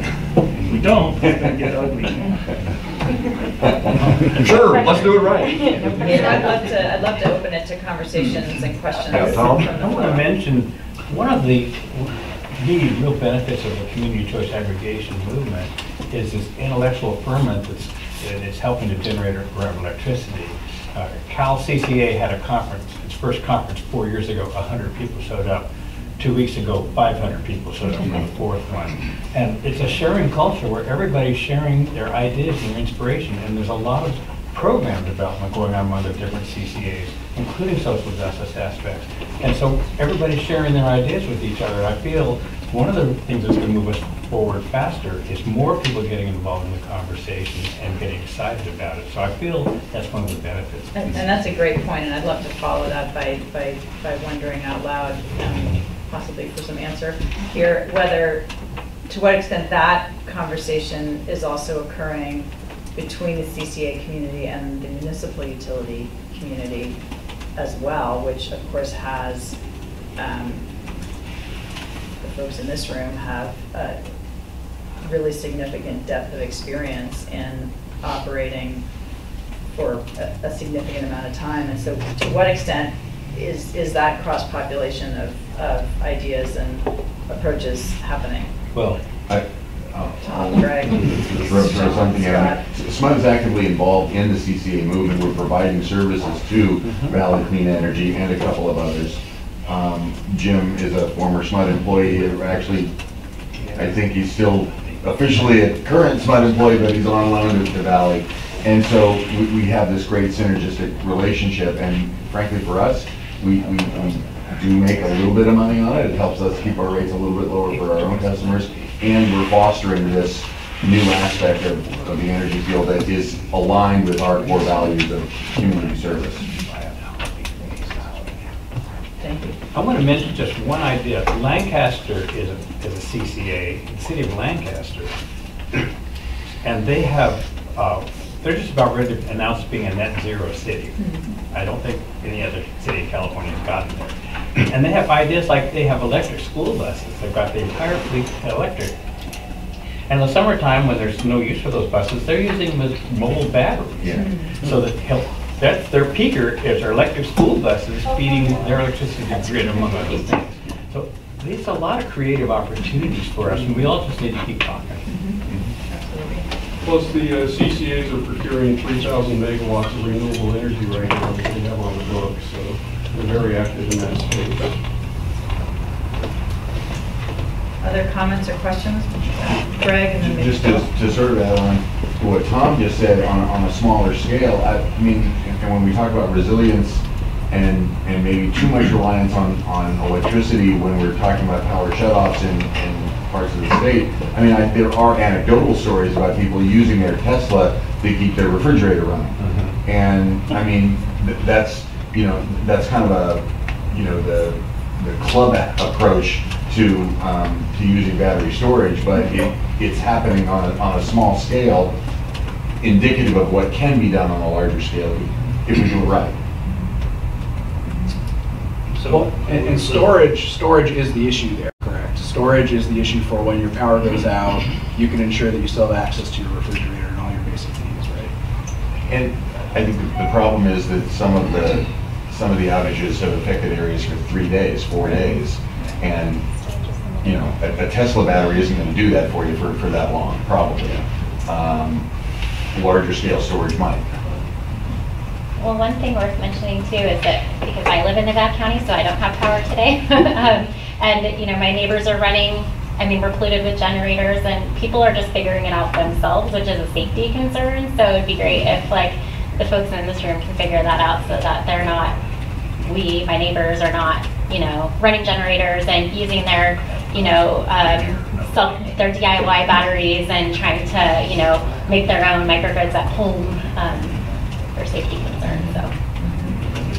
So I've seen a few.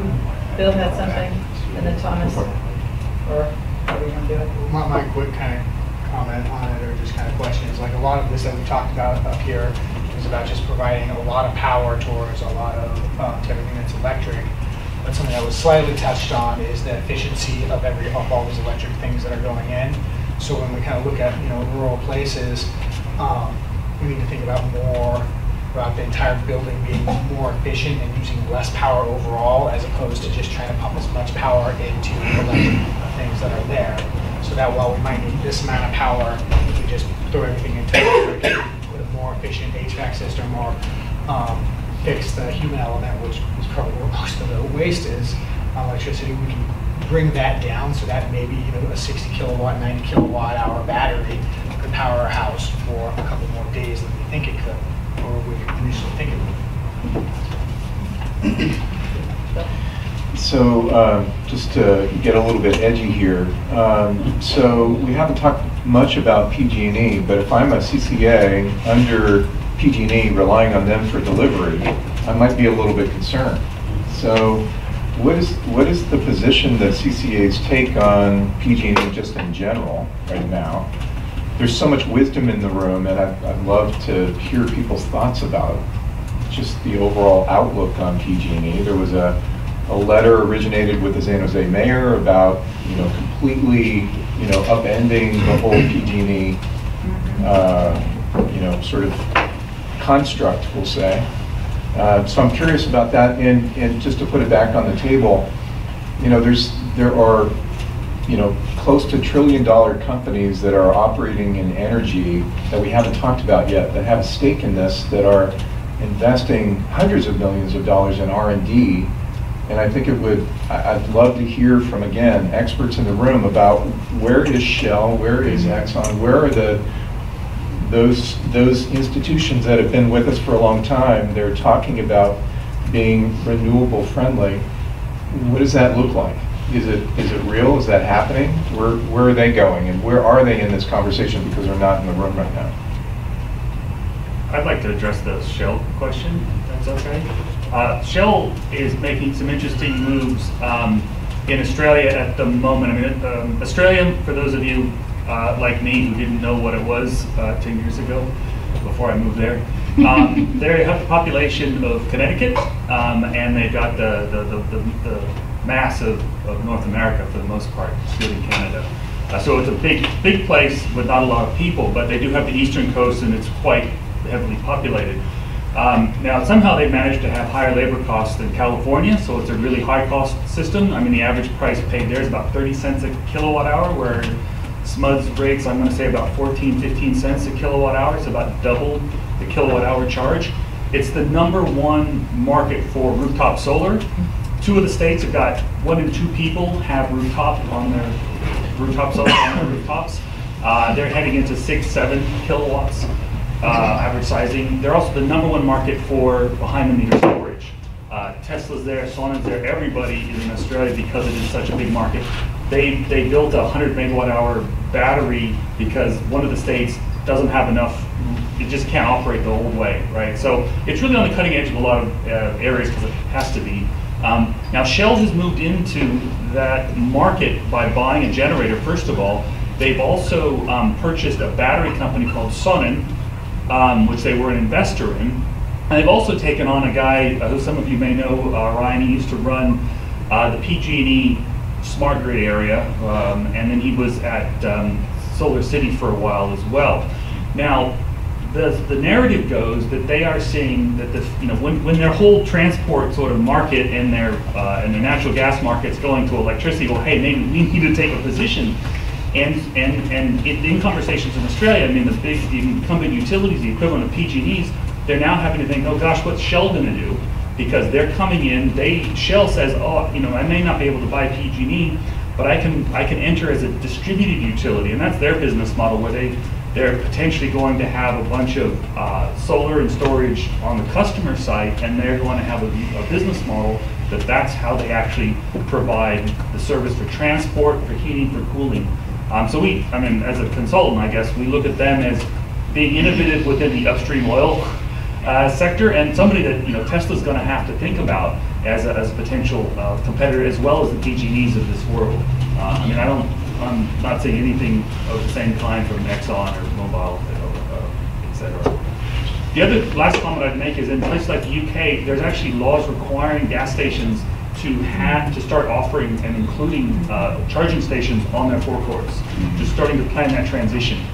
The other thing we have to worry about is any sort of gas tax. If you're not going to be getting it through the pump, you're going to have to be getting it through something else. I'll stop there. Thank you. Beyond petroleum is how Lord Brown wanted to rebrand BP.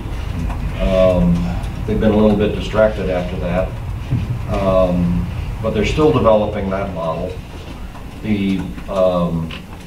A dozen oil companies have come together to create a $1 or $2 billion fund to fund creative solutions and creative companies in trying to do something about climate change.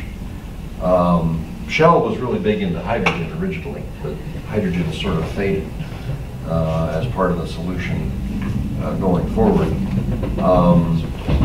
I think the companies that you're mentioning, Bill, they themselves are searching for what's their piece of the pie going forward.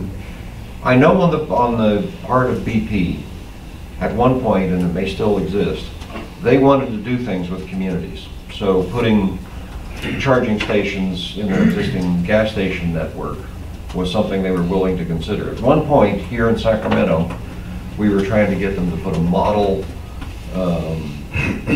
automobile station of the future in as an example, but then they had that small problem in the Gulf, and it got expensive, and they didn't carry forward on it.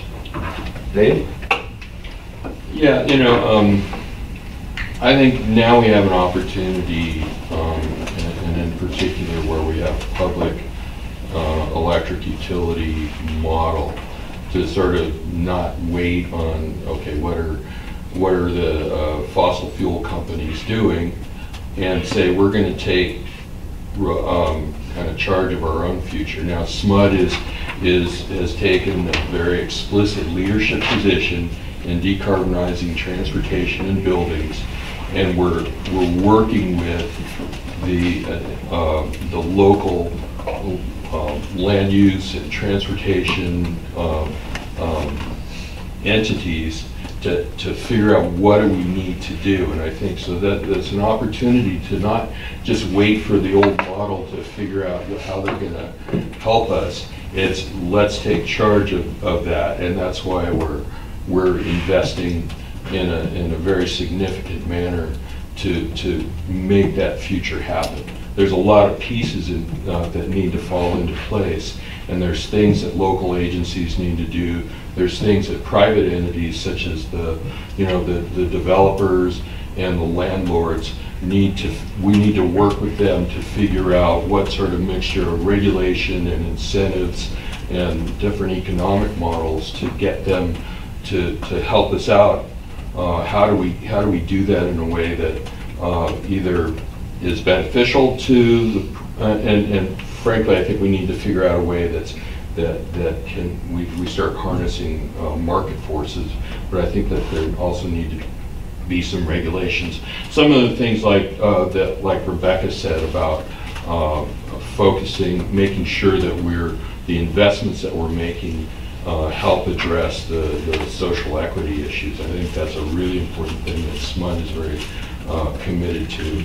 And that disconnect, and a real big barrier for us is that disconnect between who's paying the electric rates and who owns the property and makes decisions on investments in that property. And that's if we don't get to what's already built and fix that, the new development stuff is it's a much smaller piece of the pie than what's already built. So we're very committed to trying to figure that out. Some of it's very political, and it's not going to be easy.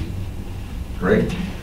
One more sector I want to bring up that we haven't sort of talked about in terms of electrification. It sounds like it's a small thing, but it's really not. And there's a couple people in the room that are working directly on it, and that's outdoor lawn equipment. And from a carbon output standpoint, it's incredibly high. It's relatively low load. The technology has gotten much better. SMUD is now involved in an effort, along with the local air quality management district, to kind of re-up some of our programs that will allow people to turn in gasoline-powered lawnmowers, blowers, string trimmers, and other equipment. Hopefully, I know we're going to concentrate on mowers first, I think, but eventually expand out to these other. And some of the mowers are actually 4-stroke engines, which aren't as bad. But the little 2-stroke motors are incredibly polluting, and so we're looking at ways to provide incentives for especially commercial companies that are engaged in that business to switch out. And that's, I mean, obviously that's a big investment for a company with 7 or 8 crews of people all using this equipment, but another aspect that we're looking at. So let's follow on to that. Go ahead, Adrian. I'd actually like to put Dave Johnson on the spot with respect to the mowers. I know we had a meeting with you just last week about El Dorado County's incredibly successful project to change over some of those lawn equipment. Yeah, my boasting is coming back to haunt. Yeah, we participated in SMUD's mow-down program back in the 2000s and did a handful of mowers for El Dorado County residents, primarily because the events were down in Sacramento. But we appreciate that work that was done. But more recently, we've started our own program about 1.5 years ago using Carl Miller funding some of our own funding, and it's been very successful. We've done about 400 mowers so far, not with traditional one-day exchange events, but having kind of an incentive program where folks can purchase a mower, get rid of the old one, and then apply for our incentive kind of out the back. So, yeah, it's been very popular, even in Tahoe, where who knew they had lawns up there? So, yeah, it's a good program. Snow blowers, they got snow blowers. Yeah, they do. That too. Yes. A couple thoughts on SMUD's leadership. I think one of the big things that SMUD did that we're talking to the administration about what needs to happen to PG&E coming out with a bankruptcy as well, and PG&E is a member of our coalition, so say that up front, is SMUD prioritized greenhouse gas emissions in their program delivery. And that completely changed how they're delivering programs, who they're delivering programs to, and the types of technologies they're encouraging. It basically made businesses within this region greenhouse gas hunters. And right now, the utility business model of our investor-owned utilities are not aligned to hunt greenhouse gas emissions. And so when you hear the governor talk about a 21st century PG&E and a PG&E coming out that's aligned with our climate goals, a key part of that's going to be we need to be hooking up what they make money off of based on emissions reductions. And really making them, in addition to reliability, safety, and affordability, but really they need to be able to make money off of that in order to take it on. I was asked about resiliency, so I want to get to just get back on that resiliency point. Sonoma, obviously a largely rural area as well. And so just a few thoughts on resiliency, because it's practically all we're talking about right now in electrification. We just can't function without a stable grid in our modern lifestyles. I mean, businesses can't run. It doesn't do any good to have your down water heater. You got lights and your whole community can't operate. So fundamentally, the basis of our theory of change is a stable electric grid. We've been living with this infrastructure that is now causing us problems for over half a century, and it hasn't caused us problems before. The reason why it's causing problems now is because we had 5 years of record drought, followed by a year of record rain, and then literally hurricane-force sustained winds in our hills, knocking down this infrastructure. So undoubtedly, this is coming from climate change, and climate change is being wrought by the burning of fossil fuels largely, and so the expansion of the fossil fuel network and is directly out of alignment with our goals to be able to stop these fires. So there are parts of Healdsburg right now that still haven't had their gas turned back on. But largely in our rural areas, we're talking propane, but gas is not our solution on resiliency. When you are in the face of a fire, PG&E is turning off all of the gas system that's in the path of the fire moving forward. In order to turn back on a gas system, you need a PG&E employee at each of the appliances to be able to clear the gas line and then help somebody turn it back on.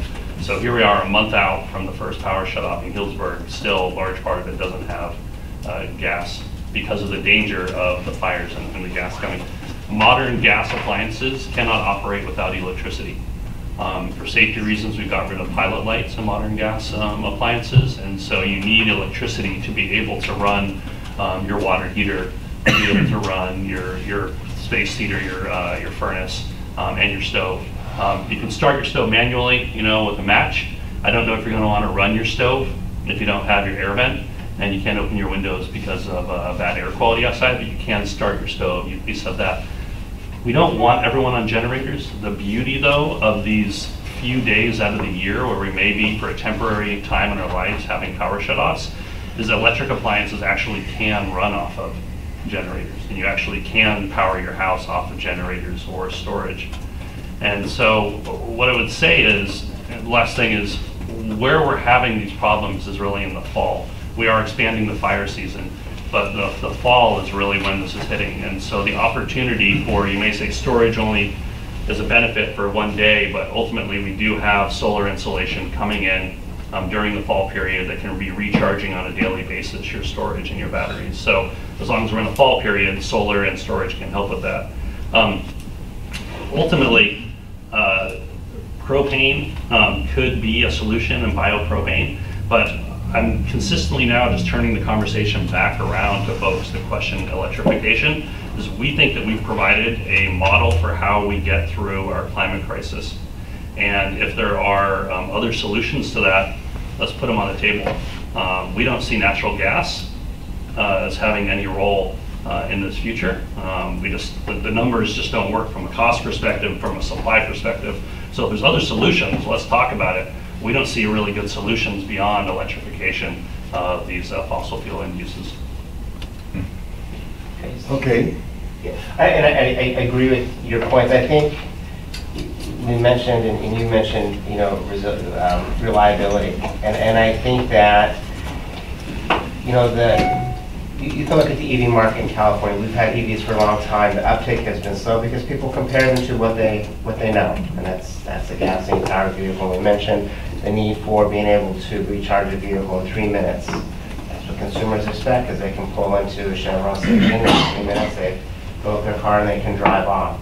So as we think about electrification, it has to be able to be as good as what they have. And so in the vehicle model with gasoline, you can use a natural gas model in a home.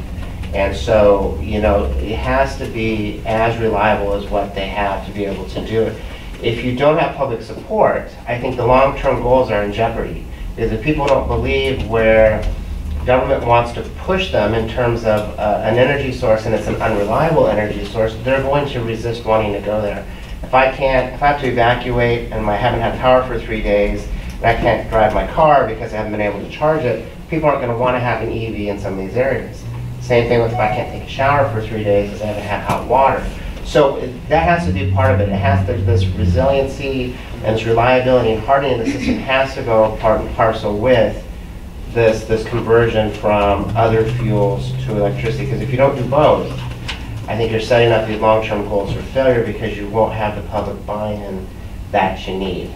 And so that has to be there. And those investments are as important as how do you convert existing housing stock and those costs to move away from, say, natural gas or propane to electric.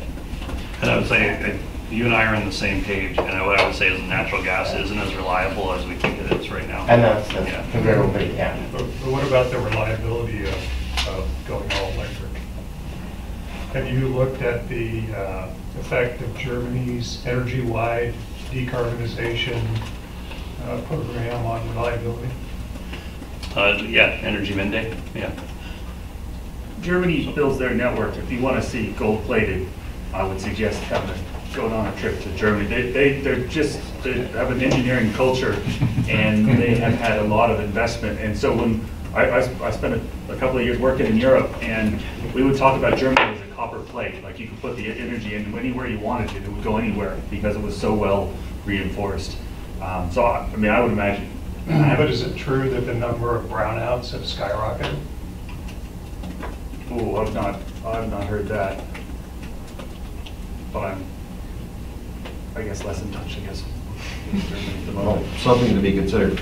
We're coming near the wrap-up point, and I do want to challenge the group with some of that, but let's get some more commentary here. You had your hand up. Oh, yes. Back to some of the conversation around resiliency and reliability, and having buy-in from folks in the community. I've underlined it 3 times in my notes, education, and I know we had it over there as a main thing, and then it became a sub-bullet, but I think, you know, in terms of like where I think the role of utilities also plays a role is education, heavy education on some of these new technologies in terms of electrification for buildings, but also for our transportation options, because there are a lot of barriers, and again, I'll underscore the low income side of things, but I think just in terms of educating on technology across the board is a huge barrier. Oh, make a note related to that. That's one of the priorities for us as Roseville. I didn't mention it, but we launched a whole new EV marketing campaign here last week. We're in a little bit of a unique situation. We have a great facility that we call our Utility Exploration Center, and part of our programs for EV and electrification going forward will be to use that platform for helping our customers and businesses make decisions on technology. And so it's a priority for us to get out into the community and to use the existing platform that we have for telling the story of the utilities and where the value proposition is for some of these technology changes. Dave? Well, I want to thank folks for pointing out that there are very different challenges in rural areas versus urban areas as far as making this switch. That's something that we don't really have. We have rural areas, but they're not nearly as extensive as what PG&E has. But I think that there's going to be some tough questions that people who live in those areas are going to have to face, and in some cases it could be that the where people are living is going to be either more expensive or really just not sustainable because of the expense of maintaining long distribution lines. The fact that if you're in the middle of a forest, I realize there's different interfaces. So like Healdsburg is a city, but it's next to it. So those are different questions. I think it's really important to address those. But I imagine that the vast majority of people in California live in urban or suburban areas where they don't have the same types of challenges, and making those changes is going to be a lot more bang for our buck. And which is not to say that we don't have to address those changes as well, but I think that the biggest advances are going to be made in the urban areas, the most significant decarbonization.